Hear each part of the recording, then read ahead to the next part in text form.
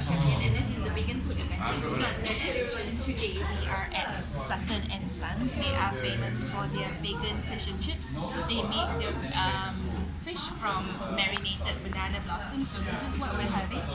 Is vegan fish and chips. It's got seaweed marinated banana blossom in their own batter. We're also having the pie and mash, which is a seitan steak and ale pie by Young Vegans with what is SW onion gravy, but it's vegan, and they have an entirely vegan menu, which is simply amazing. So we took the 45-minute bus ride just to come here. So you know what? We should like cut this so people can see what it looks like. Oh my god! It looks like fish.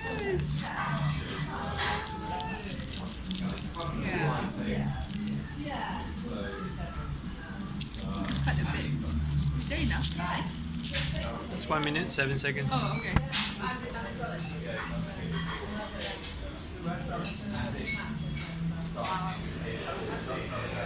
The batter is like